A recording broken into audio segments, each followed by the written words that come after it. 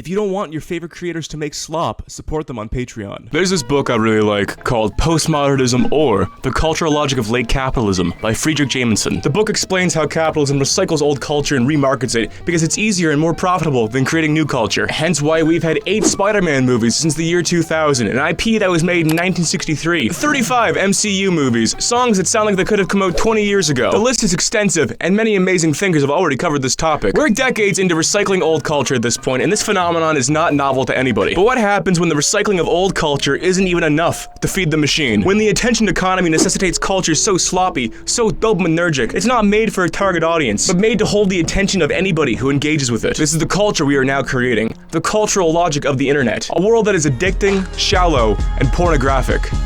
The Goonification of everything.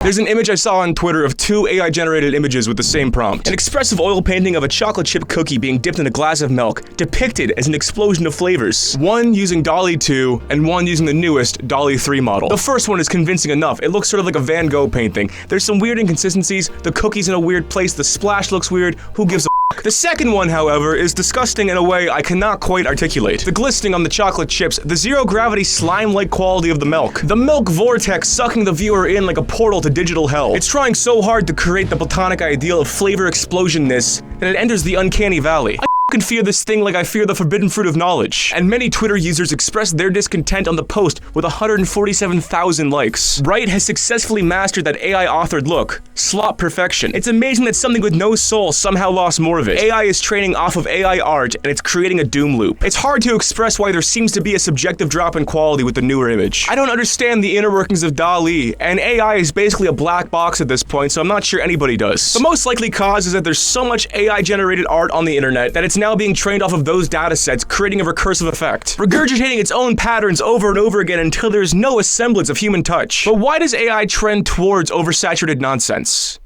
This is where goonification comes in. Gooning is the most beautiful euphemism Gen Z has ever created. The word means to become so transfixed by porn that you enter a hypnotic state for hours and hours as you jork your peanuts. You goon, commenced in the act of gooning, and if you do it frequently, you're a gooner.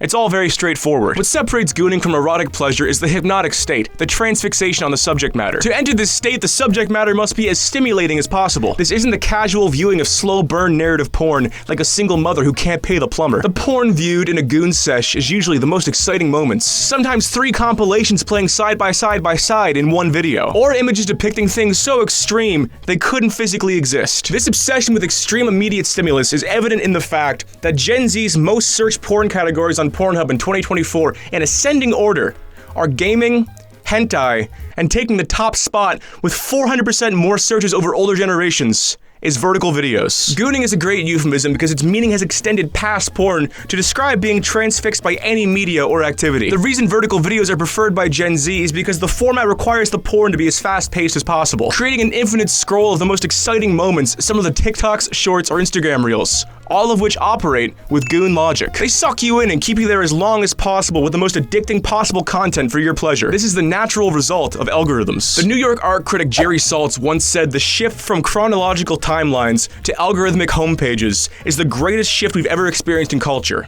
But we just don't know it yet. This shift from subscriber feeds and following pages to algorithmic-driven homepages has created an incentive for content creators to maximize for the widest possible audience. No longer is the average creator making a video with the target audience in mind. The goal is always maximum possible reach. This causes everything to default to a lowest common denominator algorithmic style. All operate with the same goon logic. As one anonymous Twitter user once said in a tweet I can no longer find, "Everything is now pornographic, but nothing is erotic." Erotic is hard work and tension. A good movie that teases you over the course of a few hours and rewards you for your attention. An album that has to be listened to in its entirety to appreciate every song. A show that demands multiple viewings to understand what happened. All great pieces of art are erotic. They create a sense of push and pull, of uncertainty and reward, like the honeymoon stage of a great relationship. Pornography, on the other hand, is immediate. It gives you exactly what you want, when you want it, and in any quantity you want it in, allowing you to consume until you couldn't possibly consume anymore. more. Erotic is a juicy video essay on a defunct theme park. Pornography is YouTube shorts. Erotic is a nice bottle of wine or whiskey. Porn is binge drinking 19 Modelo's. Erotic is sex, and porn is porn. Now what's interesting here isn't the fact that this goonification has occurred. Anyone who's used the internet frequently in the last 5 years is aware of the fact that all of this shit is made to make you addicted. What's interesting is how goon logic bleeds off the internet and begins to affect broader culture. Algorithms create goon logic. Goon logic creates internet slop. Internet slop informs pop culture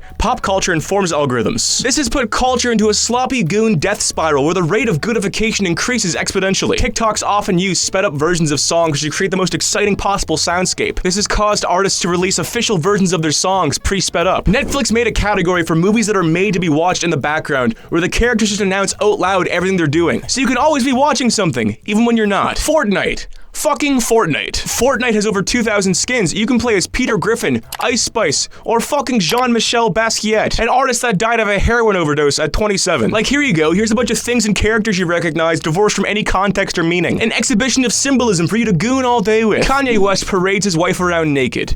This is goon logic. It's also a humiliation ritual for Kim Kardashian, but it's mainly goon logic. Meme coins and sports betting. Dave Portnoy released this video where he describes his journey of getting into meme coins, and just watch it because it's fucking amazing. Alright, so I'm gonna make a video on this shitcoin world. If I tweet about a coin, and I did it twice today, Montoya, I bought that, tweeted that I bought it, thing went up. Then I sold it. I did Josh Allen MVP, same thing. I turned like 10 grand total into like 75 grand. I don't even know how, like it happened so fast. Like I feel as though I could sit here and make millions just trading shitcoin. Dave is flabbergasted because he realizes he can just tweet that he bought a coin, the value shoots up, and then he can sell it, where he made $70,000 in one single day. This caused him to make his own coin, called Greed Coin, which he dumped after making $270,000. The dumping of which caused the coin to tank 99% in value. But don't worry, he immediately made a sequel coin called Greed Coin 2. Meme coins are a concentration of human attention into pure profitable energy, and they operate on goon logic. Meme coin buyers dream of immediate money. Successful meme coin traders are gooning day in and day out as they continually cash in with no work or value produced. The same can be said for any form of the online gambling epidemic. Opportunities to finance goon are everywhere, on every social media page and every sporting event. Fucking Drake got caught by a drone alone in his penthouse, sports betting, and drinking an Aperol Spritz. Blood's not gonna beat the zesty allegations. The best part is people can't tell if it was real or faked as an ad for online gambling. What are the odds on any given afternoon that Drake is just gambling by himself? But it doesn't even matter if it was staged. Drake is either a goon gambler or advertising goon gambling. Either way, Drake is a gooner. Mr. Beast, the grandmaster of gooning, the event horizon of goon culture, made a show for Amazon Prime that watches like one of his YouTube videos. It's full of whooshes, jump cuts, like a YouTuber who just got his first Fiverr editor. The premise of the show is 1,000 people fighting for money. Do these contestants play games? Do they test each other's skills to see who is most worthy of the cash prize?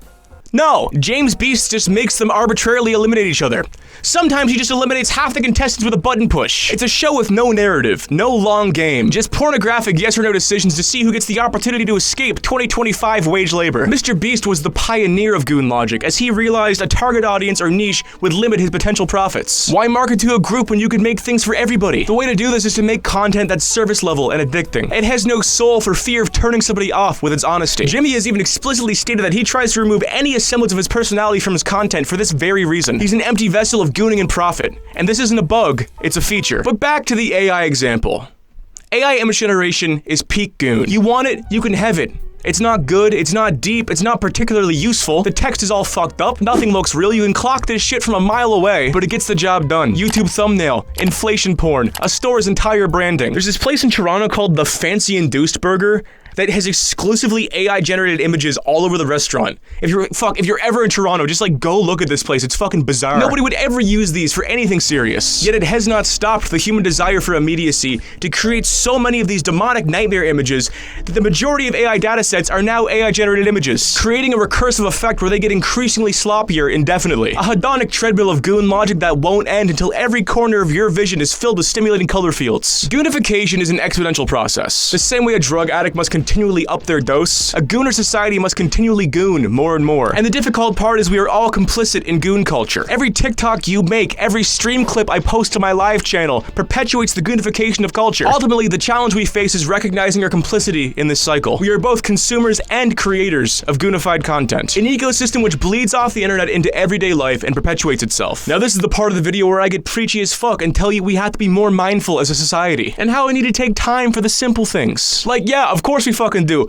People have been telling other people to be mindful since the beginning of human civilization. Being mindful isn't gonna undo the decadence we built for ourselves. It's a stupid request, and nobody who says they're mindful is actually mindful. What we need is a mantra. A moral North Star we can continually align ourselves with. Something we will fail to do, but we'll always have the opportunity to try again. In the words of Turkey Tom, never goon. If you goon, don't do it again.